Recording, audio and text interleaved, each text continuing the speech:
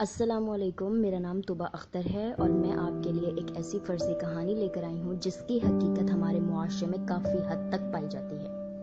یہ دو فرضی کردار کی کہانی ہے، ایک اکرم اور ایک عابد۔ السلام علیکم عابد بھائی، کیسے ہیں آپ؟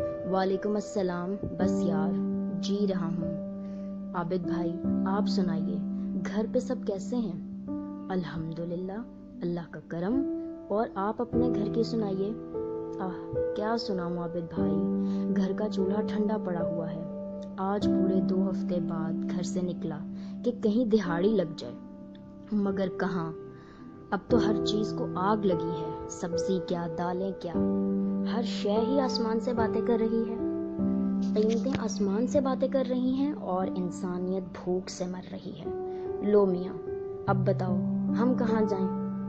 ارے اکرم بھائی، حکومت نے ہم جیسے غریبوں کے لیے ہی تو رقوم کا اعلان کیا ہے، تم وہاں پتہ کیوں نہیں کرتے؟ ارے چھوڑیے عابد بھائی، یہ سب تو کہنے کی باتیں ہیں۔ کوئی کسی کا چولہا آ کر تھوڑی دیکھتا ہے کہ کب سے ٹھنڈا پڑا ہوا ہے، کوئی کسی کے پیٹ کی آواز تھوڑی سنتا ہے کہ کب سے بھوکا ہے۔ جن کو رقوم مل رہی ہیں نہ جانے وہ کون سے لوگ ہیں۔ سچ پوچھئے تو میاں، اب پڑوسی بھی گھر نہیں آتے، اور اگر کہیں گھر سے باہر ملاقات ہو جائے تو 2 فٹ کے فاصلے سے سلام بلاتے ہیں اور ہو گئے۔ جیسے کہ کرونا میرے کندھوں پر بیٹھ کر انہیں منہ چڑھا رہا ہو۔ آج تمہاری بھابھی نے کہا، جاؤ میاں کچھ تو پتا کرو، کہیں سے 4 پیسے ہی مل جائیں۔ چھوٹی کی فیس کے پیسے پیٹ کی آگ بجھانے میں خرچ ہو گئے۔ پریشانی کے باعث گھر سے نکلا تھا، اب سوچ رہا ہوں کہ خالی ہاتھ گھر کیسے جاؤں۔ آج تو کہیں دہاڑی بھی نہیں لگی۔ یہ کہتے ہوئے اکرم کی آنکھیں بھیگ گئیں۔ شکستہ حال ہے، ماضی بھی کچھ خاص نہ تھا۔ شکستہ حال ہے، ماضی بھی کچھ خاص نہ تھا، مستقبل کے تو لالے پڑے ہیں۔ اے بھوک، تو کرونا سے بھی زیادہ ظالم نکلی۔ ارے اکرم بھائی پریشان نہ ہوئیے، پریشانی مسئلے کا حل نہیں۔ بہت سے لوگ تو اب اللہ کی راہ میں راشن بھی تقسیم کر رہے ہیں، آپ کو کوئی راشن نہیں دینے آیا؟ اکرم طنزیہ مسکراتے ہوئے، میاں ایک بات تو بتاؤ، یہ اللہ کی کیسی راہ ہے جو کہ انسانی روح کی دھجیاں تک اڑا دیتی ہے؟ کیا مطلب اکرم بھائی؟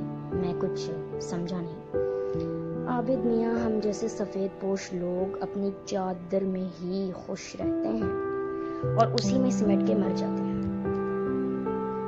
تمہیں میں کل کا قصہ سناتا ہوں۔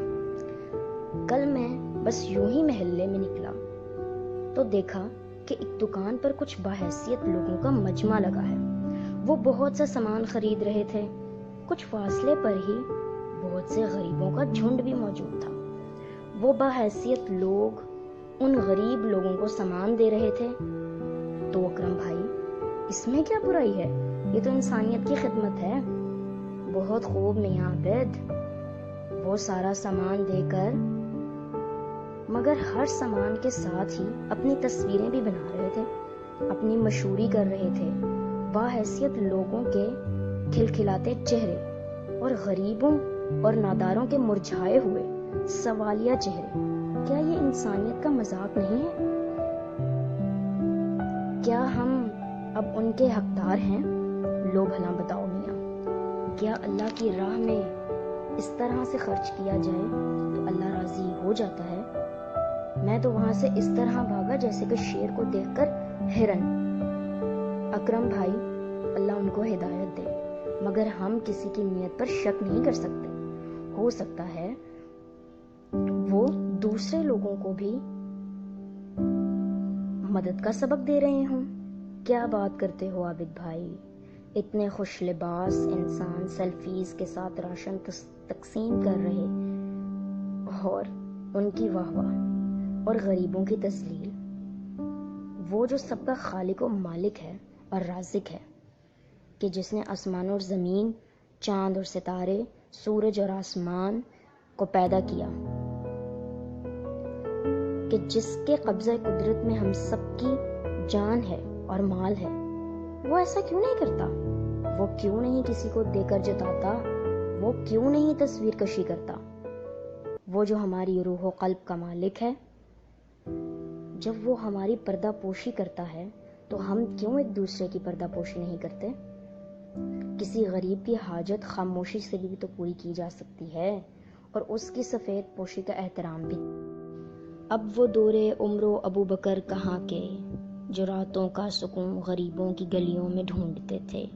آج کا دور جدید ہے صاحب، اب ہمیں سکون ہماری سیلفی کے لائک سے ملتا ہے۔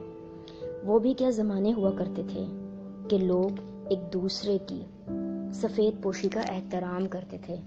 عابد میاں، میں نے اپنے پڑوسی سے کچھ یوں سنا کہ کسی دوسرے کی امداد اس طرح سے کی جائے کہ ایک ہاتھ سے دے کر دوسرے ہاتھ کو بھی اس کا علم نہ ہو، گویا کہ کسی کی ضرورت اس طرح سے پوری کی جائے کہ کسی کی دوسرے کو اس کی خبر نہ ہو۔ مگر اب وہ باتیں کہاں؟ اب جب تک 4 لوگوں میں ہماری واہ واہ نہ ہو، محسوس ہی نہیں ہوتا کہ ہم نے کسی کی مدد کی ہے۔ یہی حال رہا تو انسانیت مر جائے گی اور غریبی برہنہ ہو کر مکمل طور پر منظر عام پر آ جائے گی۔ یہ کہتے ہی اکرم کی آنکھیں آنسوں سے تر ہو گئیں۔ یہ کہتے ہوئے شکستہ حال اکرم اپنے گھر کو جا پہنچا۔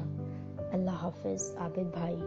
اکرم بھائی، بات تو ٹھیک ہے مگر بات ہے رسوائی کی۔ اللہ حافظ۔ فاقہ کشی میں زندگی بلک رہی ہے، صدا ہے ہر طرف میں بھوکا ہوں۔ یہ تھی مکمل کہانی۔ اب آپ مجھے اپنے کمنٹس اور لائک سے بتائیے کہ یہ آپ کو کیسی لگی، اور اگر آپ کو یہ پسند آئی ہے تو ہمیں کمنٹس میں پلیز اس کے بارے میں ضرور فیڈ بیک دیجیے گا۔ ہم آپ کے منتظر ہیں۔ اللہ آپ کا حامی و ناصر۔ اللہ حافظ۔